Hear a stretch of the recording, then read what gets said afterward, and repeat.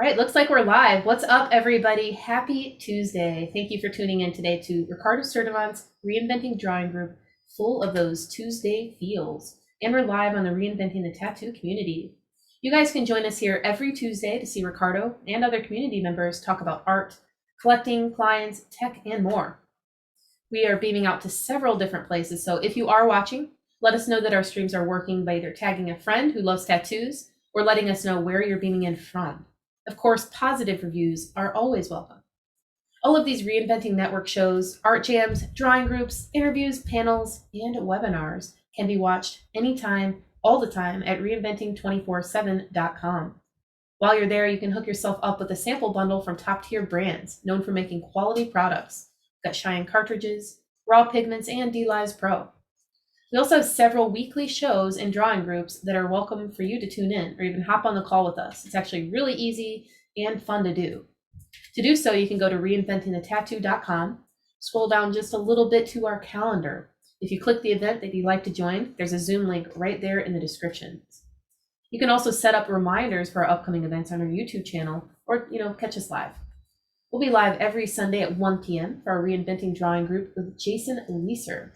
This is a great show to bring something you're working on, or if you have questions about, and get straightforward, honest feedback in a judgment-free atmosphere. Monday evenings at 9 p.m., we have our evening canon class with subscribers, led by the legendary Guy Aitchison. If you'd like to know what a subscriber is, head over to courses.reinventingthetattoo.com to find out more about our upcoming trimester that starts on February 15th. Also, if you'd like to check out other courses, go to courses.reinventingthetattoo.com. BJ Betts, Andre Malcolm, Bob Tyrell, tons of great content, and more to come after the festivities we did this weekend at Red Tree. Other shows we have are today, every Tuesday at 10 a.m. with Ricardo. Wednesdays at noon is a Tattoo Now show. We've got lots of cool guests, John Goody, Carrie Barba, all sorts of international sensational artists on there. Also, you can join me hosting on Thursday at the Tattoo Collecting Podcast with Fawn Baker and Jordan Lucas, beaming out live from Red Tree Tattoo Gallery. All right. Also, there's several upcoming real-world events that we're gearing up for, and just got off the Red Tree Live event. We'll have tons of cool content. We'll be meeting out for a World Tattoo Event segment at the Philadelphia Tattoo Convention on February 25th to 27th. You can also catch us at Hell City in Columbus, Ohio on May 20th to 22nd. We'll be at the Rubber City Tattoo Invitational with Tony Urbanic on July 29th to 31st, and Hell City in Phoenix on August 26th to 27th. Before we do kick off with Ricardo, let's take a shout out to our sponsors for helping provide this content to you for a read. We've got worldtattooevents.com with the largest, most comprehensive resource for tattoo events in the world. We've got rawpigments.co, an ink company that is tapping into the source with acrylic-free pigments that have been impressing artists across the globe. Thank you to Tattoo Now for providing technology for tattooers for decades. And of course, the founder and inspiration behind Reinventing the Tattoo, Guy Aitchison. You can find his Biomech Encyclopedia, DVDs, machines, paintings, and more at guyaitchison.com. We also have some pretty cool affiliates we want to shout out real quick. Fireside Tattoo Network, The Apprenticeship Diaries, and eco-friendly-tattoo-supplies.com. Like I said, we throughout the show, we welcome positive comments and reviews on the channels and would love for you to follow us. If you have any other questions about joining in the live stream at reinventingthetattoo.com, just send us a message and we'll get back to you quick.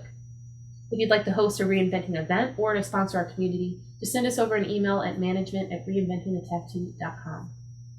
Now I'm going to go ahead and bring in Ricardo. I will be in the background reading off comments. I'll have my browser open to share inspirations, references, and all sorts of stuff. But let's go ahead and bring in Ricardo.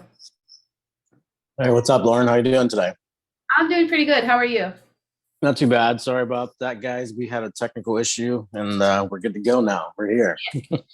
That's good to hear. I'm glad you're doing well. You had a pretty busy weekend this weekend, didn't you? Oh yeah, I had one of the best weekends I've had, I think, in my modern memory. It was just so cool. Being tattooed by Bob Tyrell was I don't know. I don't think I have the words for it yet. This is a great experience. Yeah. He's such awesome. A cool cat. Such a cool dude. Yeah. Man, what a crazy fucking moment, dude, to be able to like just sit down and get tattooed. But did you get collaborated on? Like, were there multiple people, or was it just Bob tattooing you? Just Bob. Right. That's awesome. Man, dude, crazy. Yeah, I've met him once. It was so funny.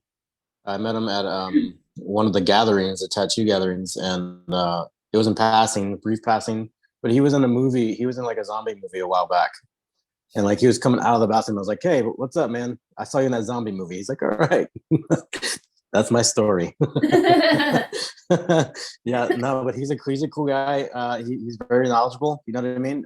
When he does his demonstration, I mean, I haven't seen him do it recently, but or when he gets up and starts talking about tattooing and stuff like that, he's very insightful dude for sure. Knows his stuff, man. And he's been at it for a little while. So his black and gray is just crazy. So he was actually doing a seminar while he was tattooing me, and so I think I got the best end of the stick because Ah, honestly, like we had Fawn had some really nice tight shots right on the skin.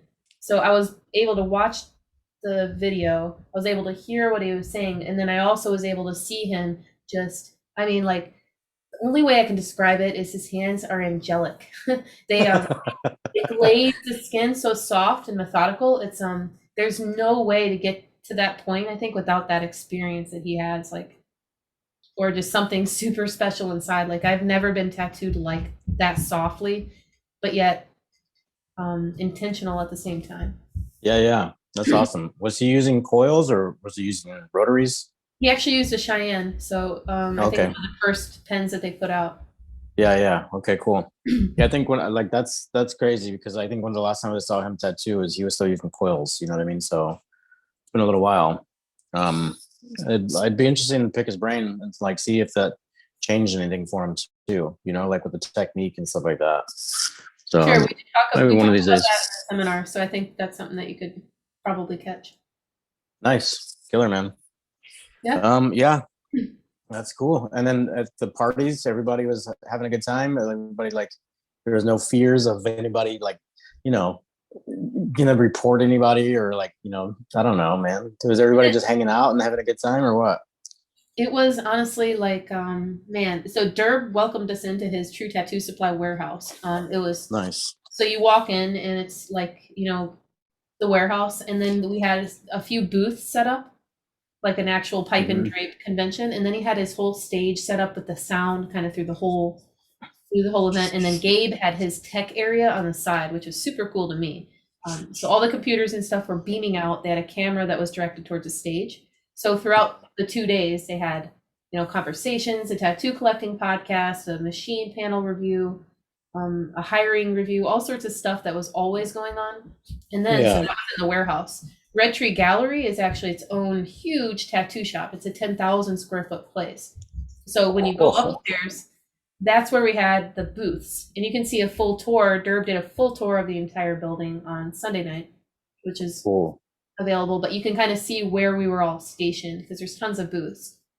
So Mhm. Fawn Station is perfect because she's got the boom arm coming down on the tattoo. She's got seriously one of the best setups I've seen for streaming. So we had a couple different things. So Jason would run one camera into like the actual process. They'd be mic'd up. It was all really well executed. And then in the booth next door, which is actually Jordan Rookus's booth, I had a tattoo tour booth. And man, that was so much fun. We had polarized, perfect lighting. The whole thing was blacked out. And so my job or my thing that I was doing was getting everybody naked and taking videos of their bodies. So Yeah, that's awesome. we got Derb head to toe, we got Bob head to toe, Fawn, Jordan, got a little bit of Conan Lee.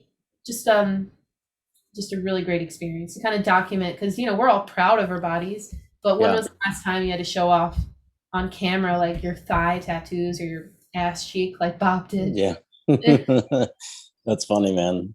And You he know, was standing there. He's standing there in his underwear, and he puts his pants back on and his belt clip, and then he's like, "You know what? I got another one for you." And he turns around and just whips, like, shows us his ass. It's just like we were standing there and did not expect that to happen at all. And I'm like, "Man, Bob, to be a legend, you must be legendary." And it's yeah. like, like that's him.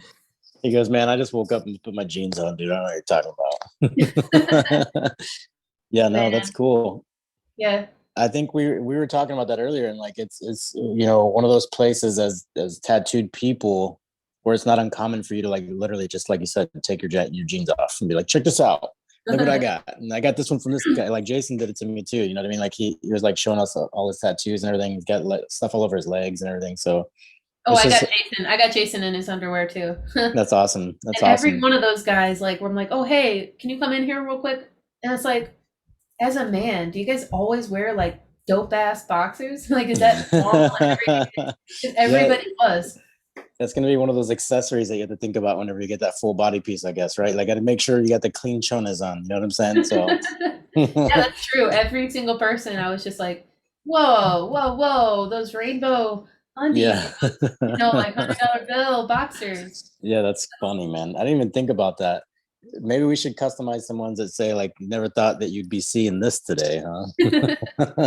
Something like that. Yeah. That'd be pretty funny.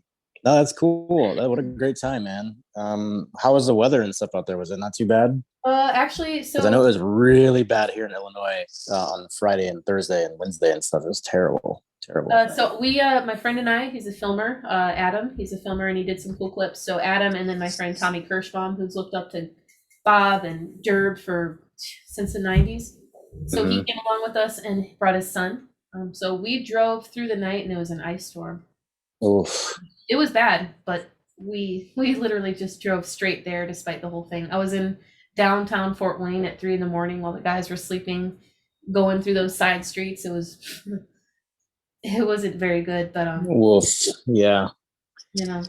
Yeah, man. That's crazy because like, when I was growing up, it's much different as far as getting your permit and your driver's license and stuff. I think you get your permit, you have to wait like 8 months or 6 months to get your license now. Or something like that. I don't know, something crazy. But when I was 15, we used to travel across the country quite a bit. So my mom showed me how to read a map and gave me the steering wheel and said, okay, you got your driver's permit. And she would jump in the back seat and go to sleep. And I would be driving across country at 15, like with a map and like a driver's permit and a Pennywise cassette tape that I played over and over and over. It's hilarious, man. So that's pretty funny. It reminded me of that kind of a scenario where, if you're traveling, it's like an adventure, right? And you never really know what's going to happen. You see all kinds of different things. Like I remember we were down south and there was the first time I heard McGriddle from the McDonald's place. And I was like down south. I was like, what the hell is a McGriddle? And now they're everywhere, but they had them down south forever. It's pretty funny, man. That's cool. That's cool. I've never been to that part of the country before. I've been to, is it in Dayton, you said? It's in Columbus, Ohio, the same In area Columbus. as Health City. Okay, I got you. The house city that I went to was out in Arizona years ago at that Frank Lloyd Wright place. That was awesome. Man, Durb puts on some really great shows, you know what I mean? And there's a lot of tattoo conventions you can go to. The one besides the one in Texas, that one is very friendly as well. You know what I mean? Like he's got a lot of good things going on. There's a lot of really good artists there that are all of the common mind, like the fact that you get kind of handpicked and hand selected too through like a screening process and everything like that helps out quite a bit too. So if that's one place you want to go to get some really high quality tattoos and meet some, the upper echelon tattoo artists, it's definitely the place for sure. Definitely a good one. So for this Columbus one, Paul Booth will be going, and it's kind of common to see Paul Booth at the Health Cities, but he's going to be the guest spot at Red Tree right after. Oh, okay, killer, man. And like that intimate, just that environment altogether, man, it's just a cool spot for guest artists. And he's got a really killer team, so maybe if you're around at Health City and you stick around, Paul Booth will be there. Yeah, that'd be crazy, huh? Yeah. That'd be fucking wild. Yeah, a while back, seeing those first few like collaborations and stuff like that with Guy and him and everything, man, it's incredible. These guys have been in it for a while, and that's so cool. I love his work. He's got like really dark black and gray. It's awesome. Yeah, his work is on Bob pretty well. And like some of the Ralph, one of the Ralph pieces that Bob has, and another Jimi Hendrix he has, 23 years old, and that black and gray literally looks perfect. Nice. They're aged really well with their tattoos as well. That's cool. Yeah, that's awesome, man. Yeah, it's one of those things that we've talked about quite a bit here. And then, with the introduction of like Instagram and, what is the other one that everybody brings? Pinterest, right? And, with those kinds of introductions into the tattoo industry and, not a lot of people, there's more people now that kind of get into it from the art base or the art stance, and like somebody sees your work and they think you can make a killer tattoo artist, and it's true, it works out really well. But something to say about that kind of seasoned tattoo artist like these guys. You know what I mean? Where they were in a sense kind of in the same kind of environment where you hang out at the tattoo shop a lot. You know what I mean? You're getting a lot of tattoos and you can experience all that, how it happens, the start to finish kind of product, the ideas of how your tattoo is going to look 23 years from now. You know what I mean? And I don't think that happens too much anymore. You know, and I think there's a lot of things that are kind of pushing some bounds and stuff like that. And it'd be interesting to see like a lot of these tattoos that are being done the way they are now and what they're going to look like, 23 years from now. Now that's the test of time, right? But it always has to be pushed. We always got to push the limits just a little bit, push the envelope, so to speak, right? It'd be cool So, if you could get like a digital, you know how if there's a missing person or something like that, oh yeah, that'd be cool to do on skin that's like different types of skin because everyone's going to be different. The sun exposure, there's so many variables. But if you could have something that kind of like some of those micro realistic portraits, and there's so much work that because it hasn't been done, there's really not a knowledge base as to like how it will look in 30 years, aside from like the understanding from experienced artists who have lived through it for similar right. Right. And in my opinion, I would say that some of those things can be done really well if you have a knowledge of like these three kind of tonal values. You know what I mean? And depending on if it's color or black and gray. You know what I mean? I think if you were to do a small tattoo like that and you limit the palette as far as your value tones, I think you could accomplish a lot of things that might hold up really well. You know what I mean? As long as you remind yourself that you're going to be leaving a lot of exposed kind of skin, as like some of the highlights and stuff like that, and some of the lighter tones of the face and everything. Because you see a lot of tattoos, like some really good black and gray tattoo artists that are doing things that are just so soft. You know what I mean? But they look really light, as far as the value that they've used. So my concern would be is how long is that going to hold? How long will it stay solid inside of that skin? And like, what is that weathering going to do? Like a UV, and what is that? Our bodies are always trying to constantly get rid of the ink and stuff like that too. Like it breaks it down. You know what I mean? So it lightens it up. Well, So with we'll the see. wash too and the amount of water that you're using, that would Yeah, definitely be a huge concern. absolutely. The water to ink ratio, right? Yeah. So yeah, it's definitely one of the things, man. Like and I've seen some really good black and gray, and you see it at first and it looks awesome. Then 15 years later, you're like, let's get back in that, because I'm at that point now. You know what I mean? Like where I'm starting to see some clientele, like, and I'm even at the point now, it's blowing my mind where I'm tattooing people's children. Like I've met these clients way back in the day. I've tattooed them, and like I remember meeting their kids and their babies, and then all of a sudden they're in here, they're like 18 and 19 getting tattooed. I'm like, what the hell is going on here? But then I see their parents' tattoos. And I'm like, oh, you're gonna get a way better tattoo than your dad has for sure. So like that's pretty fun too, man. Yeah, that's one thing. Like, I mean, parents will bring their kids to like the same doctor or the same like stores and stuff, but bringing them to the same artist is really, really impactful, man. Like, there's so many artists to go to. You must have made an Yeah, impression 20 years ago yeah. that lasted that long. That's pretty impressive. Crazy, isn't it? Like it Yeah. blows my mind. And like I'm super thankful whenever they come in, whenever I'm talking to them, I'm just like, dude, I just can't get over it. You know what I mean? I'm like, I have a beer. Like, guys want to have a beer?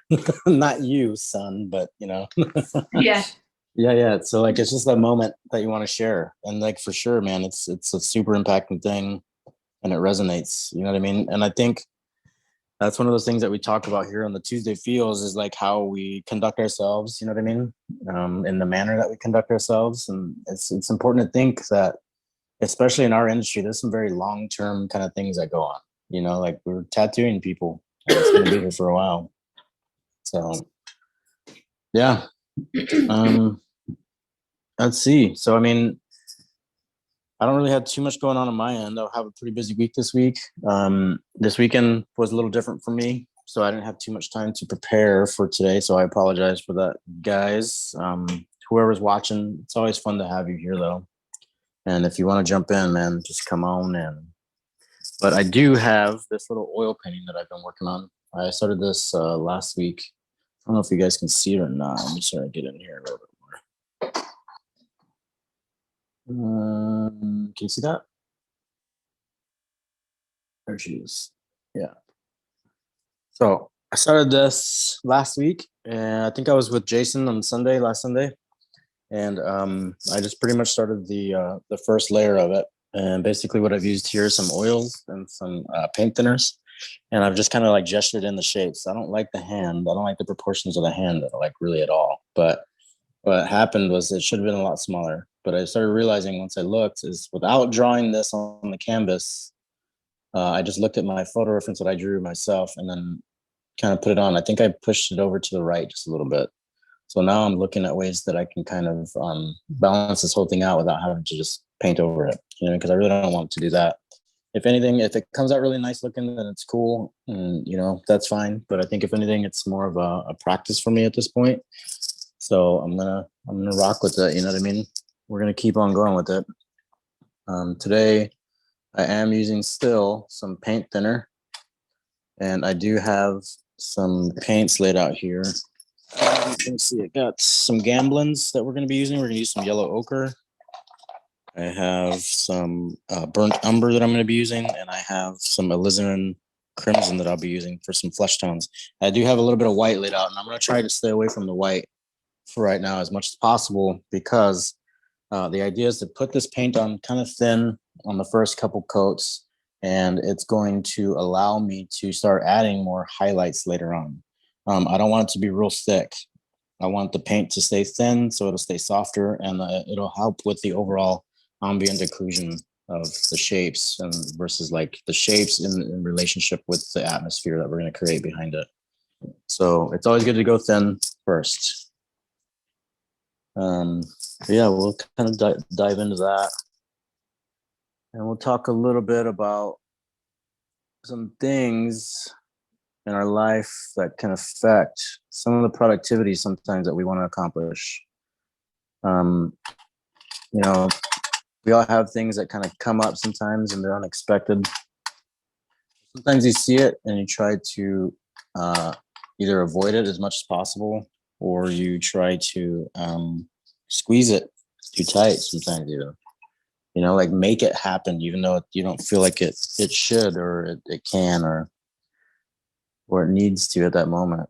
I think a lot of the times, one of the things that we can fall back on is something that helps us not avoid the scenario, but kind of help in a productive manner. And I think it's important to remember that us as artists, we can do that. We can fall back on things that can be productive, our art, right? The things that happen in our life can even be an inspiration to the art at the moment, even. So it's a good way to kind of think about some of the days that you don't feel like doing too much. You don't feel like it's one of those moments that you can be too beneficial to your own scenario or to somebody else's. It's good to kind of like take a step back for yourself and get some productivity going. And a good way to do that is by painting, drawing. Some people in there put some tattoos. Try to stay away from these moments that you fall back on that can be counterproductive to all that.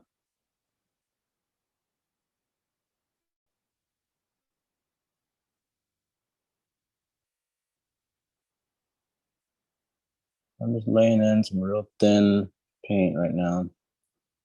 It looks pretty close to the background, and that's okay. I still want to see some of that background kind of popping through. I can just hear Jason in my head right now. Like, that brush is too big for that space. No, it's not.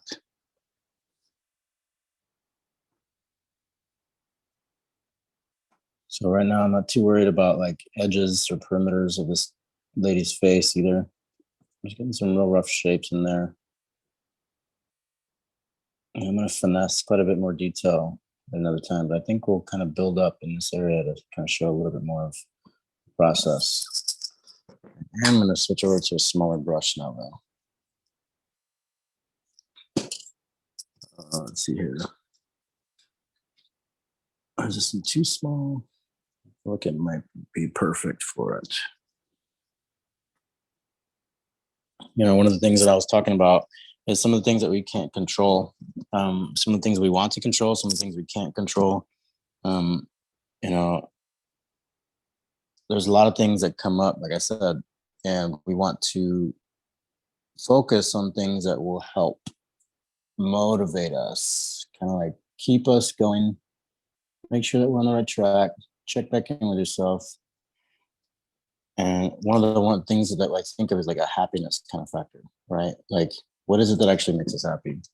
What is it that actually what is it that makes us happy? What is it that makes us decide what it is that we do in our life? What is it that makes us like want to keep painting?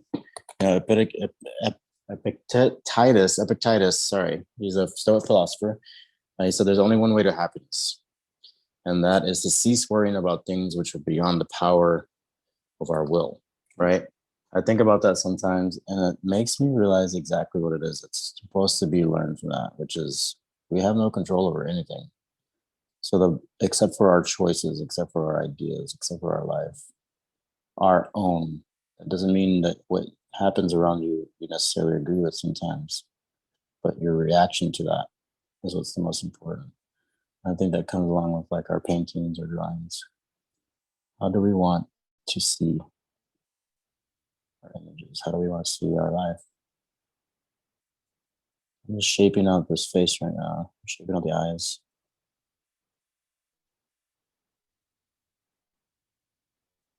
I should underneath this nose here.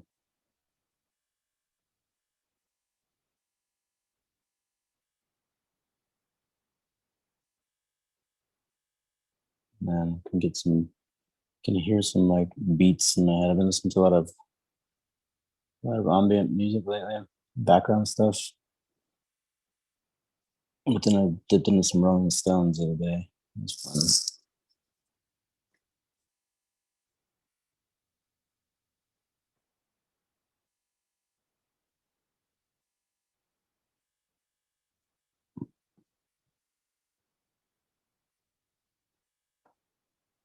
Didn't scrape that out because I don't like that.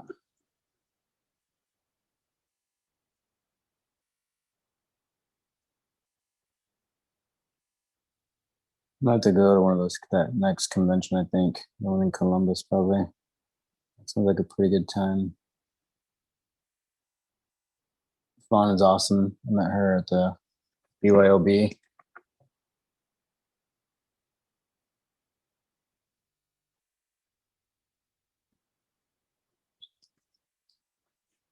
Sorry, guys. I'll get back in here.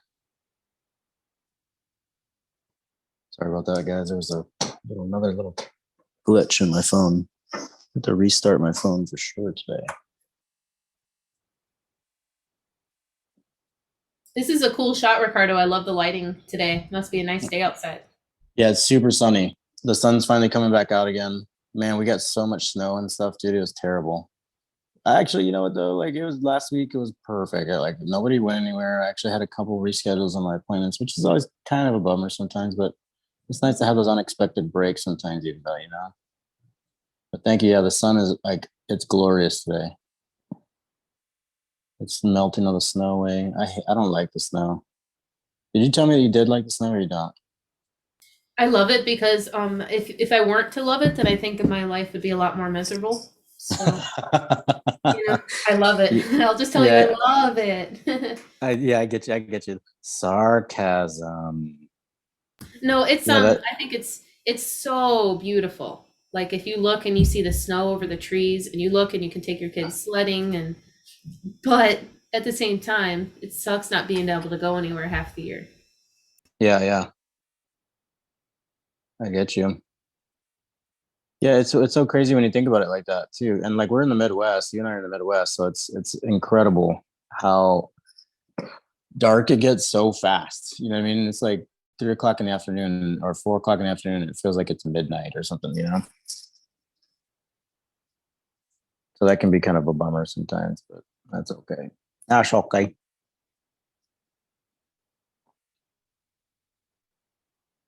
So if I was to have painted on this the other day, last week, whenever I started it, we would have had an issue because the canvas being wet.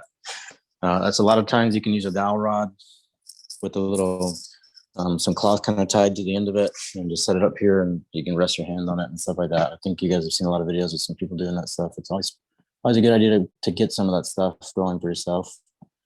But this is pretty much dry, and I can get back into any part of this without having to worry about any of that stuff happening at this point, this stage of the game. This stage in the game.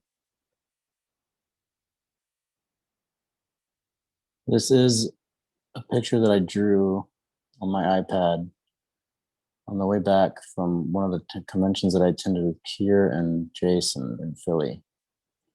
And I was inspired by Jason's snakes. And I had actually drawn a snake head instead of this woman's head here first, but I just I didn't like the way that I was drawing it. I was like just getting so frustrated. So I was like, you know what? I'm gonna put a woman's face in here instead. And then it just more or less became about the composition that I was really focusing on with this piece. I don't know if you can see, but it's kind of shiny, starting to build up a little bit more, little tiny little strokes here and there. And it starts to collect on the surface of the paint. And I don't like her expression. A lot of times you probably shouldn't touch a whole lot of this paint thinner and some of this paint. And it's good to have like little Q-tips. I don't have any on me right now, but the Q-tips help out quite a bit when you're trying to get into these little tight spots. So we're going to bring those eyebrows on just a little bit. Make them kind of sorrowful, I think.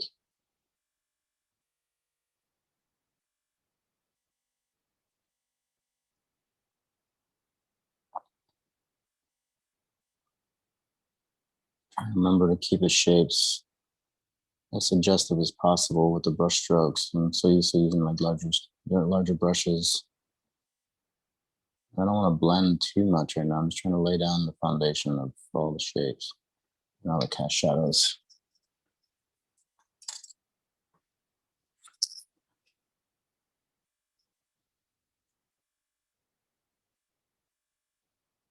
And it's still very thin right now. Like I can still see a lot of the canvas kind of coming through. And if I was in a little bit more of a rush, I'd probably be like laying it on a little bit thicker. But I really want to create a different effect for this painting. And I'm also reminding myself in this process that it's okay to have a darker tone for the underlayer right now, the first layer, or muted, for the skin tone. Because then we're going to go back through and we're going to add some highlights and stuff like that to it. And I think next week I'm going to do some tattooing on one of these instead of painting and stuff. And we'll kind of put a pause on some of the painting, some of the drawing for a little bit, and maybe try to get some tattoos in here and talk about the tattoo while we do it. Talk about some of the inks that we're using while we do it, which is pretty much primarily raw pigments. I switch everything over to raw pigments now. And I love it. I love it so much. It's so good, yes.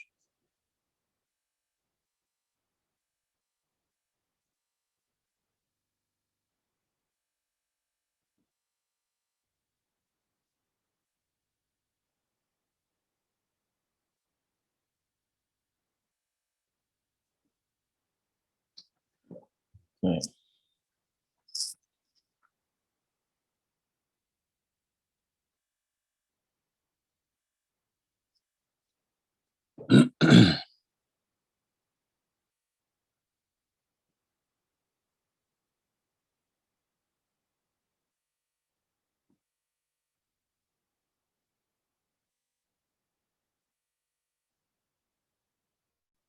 I'll do adding some darker tones, some darker warmish brown.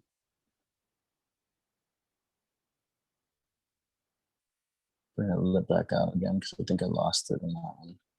There you go. I hope you guys can see some of the details in this thing right now.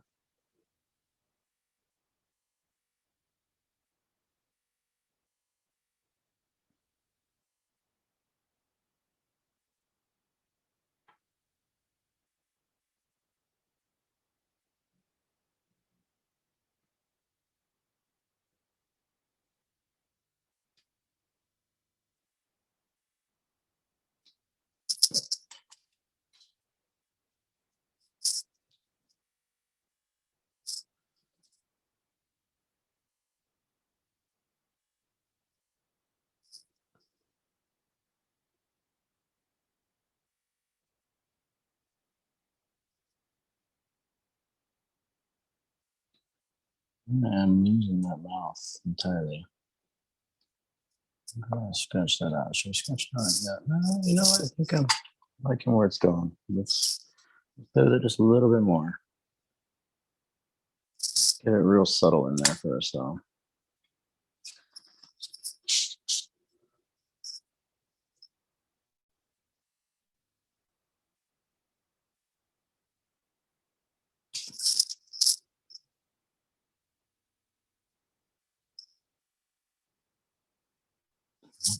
Too red.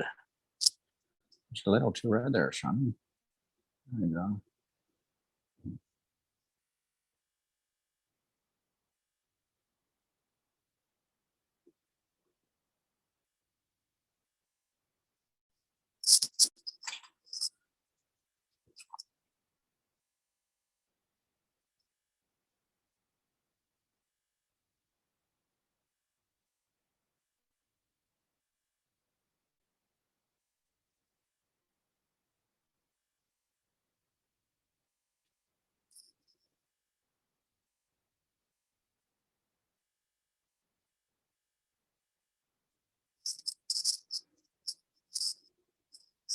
Now we're getting places.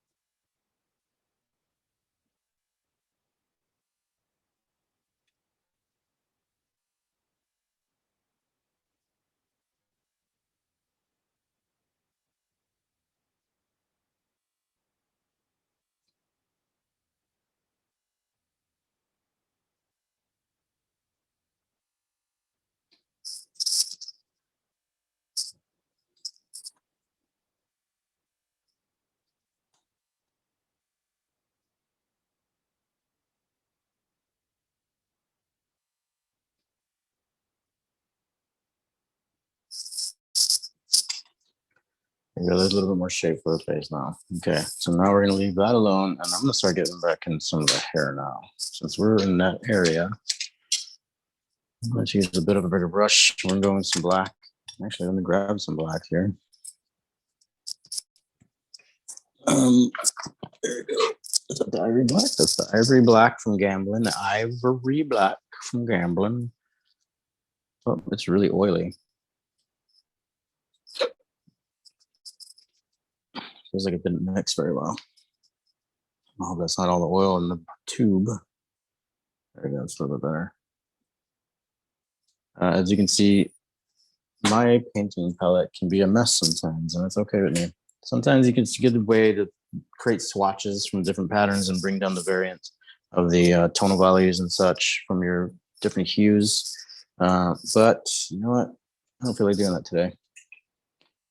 I don't feel like doing it today. I'm just kind of going off the cuff. Can't tell. So we're gonna sit back a little bit more with this one. There's some corners that I'm trying to get in here that are kind of important to the shape of the face.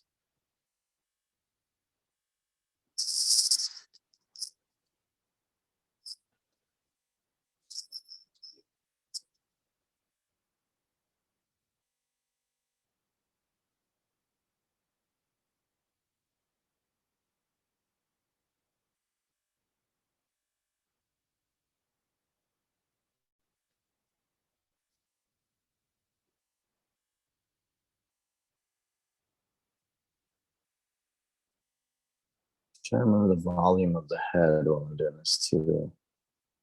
All I'm doing is sketching out the shape of it on top of what I already have. I'll go through and add some thinner to it. Just bring those out just a little bit. I'm just trying to spread it around right now. I'm not trying to saturate it entirely right now. What I'm trying to do is just get it kind of wet, get the surface kind of wet here.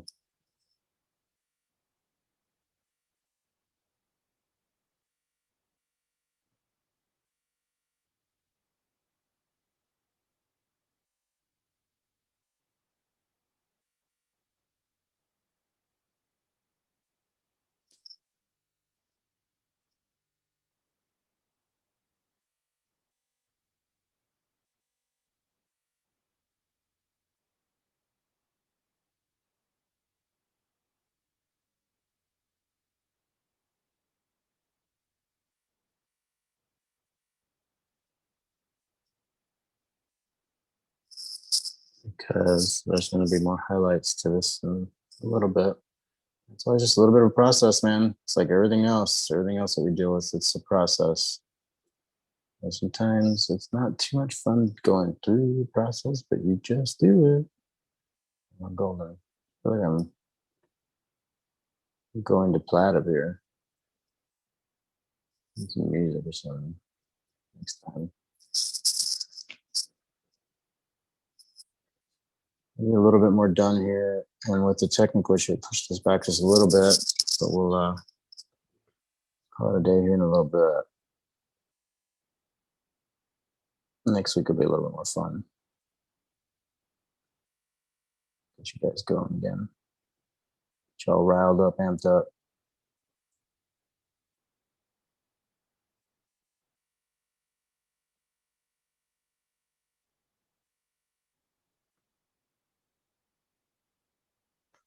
Lauren, I don't know if you're there.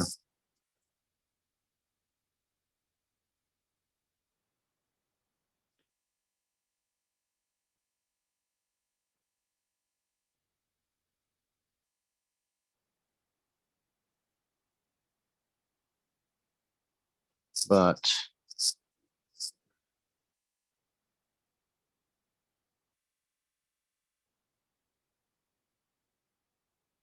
I think that's about all we got today. So you can see it's just building up a little bit more slowly and slowly, just kind of coming from the background into the foreground a little bit more. And the cool part about this is that once this kind of layer starts to dry, it's going to settle down just a little bit more too into this same kind of tone that's in the background and like more like in this area because the paint is so thin. So the transparency is going to start to come through from the background. And I kind of want that in this overall piece because I want this this value to kind of show through, be an ambient kind of effect to the rest of the whole piece. So it's going to be kind of monochromatic to a certain point. I will introduce some like, you know, warmer reds and stuff like that in there that'll be a little bit more muted. So yeah, that'll be great. And I think that's what we'll do more towards the backgrounds, make it a little bit darker and heavier, and then bring just light, just glow from the background from behind the figure here in the hand.